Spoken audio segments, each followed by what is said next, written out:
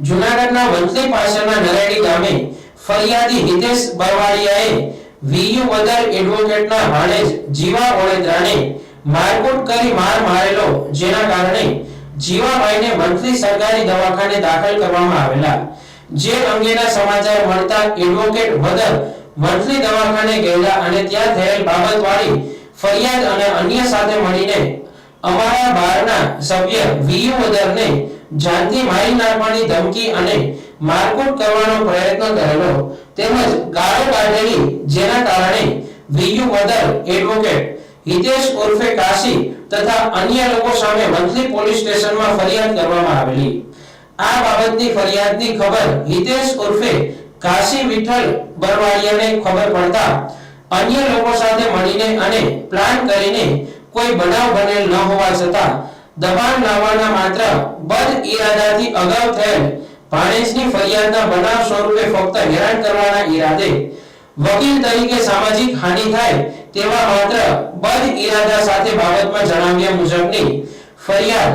વિનોદભાઈ વદર advocate સામે ખોટી ફરિયાદ ઊભી કરવામાં આવેલી છે। મૂળ ફરિયાદી અને અન્ય લોકો સામે જે ફરિયાદ થયેલી તે ફરિયાદો સાચી હોય તેમાં બચાવ કરવાના ઈરાદે વિનોદ વદર એડવોકેટ સામે તદ્દન ખોટી ફરિયાદ ઊભી કરવામાં આવેલ હોય। જે ફરિયાદની તટસ્થ તપાસ થાય અને ખોટી ફરિયાદ સામે કાનૂની પગલાં લેવા વંથલી બાર એસોસિએશનના સભ્યોએ તટસ્થ તપાસ કરવા લેખિત રજૂઆત કરી હતી। આજે અમે વંથલી બાર એસોસિએશન, જેમાં માજી પ્રમુખ વિનુભાઈ વદરભાઈ રજૂઆત કરી કે એની સામે ખોટી ફરિયાદ ઊભી કરવામાં આવેલ છે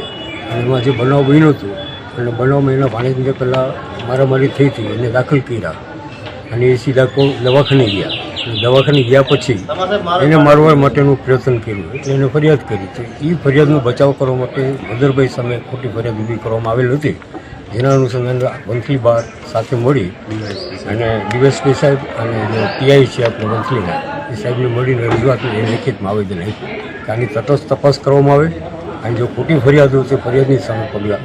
ભરવા એના માટે અમે આવેદનપત્ર આપવા આવ્યા હતા। એની સામે કોઈ ખોટી રજૂઆત આવે તો એને ન લેવા એની વિનંતી માટે આવેલા।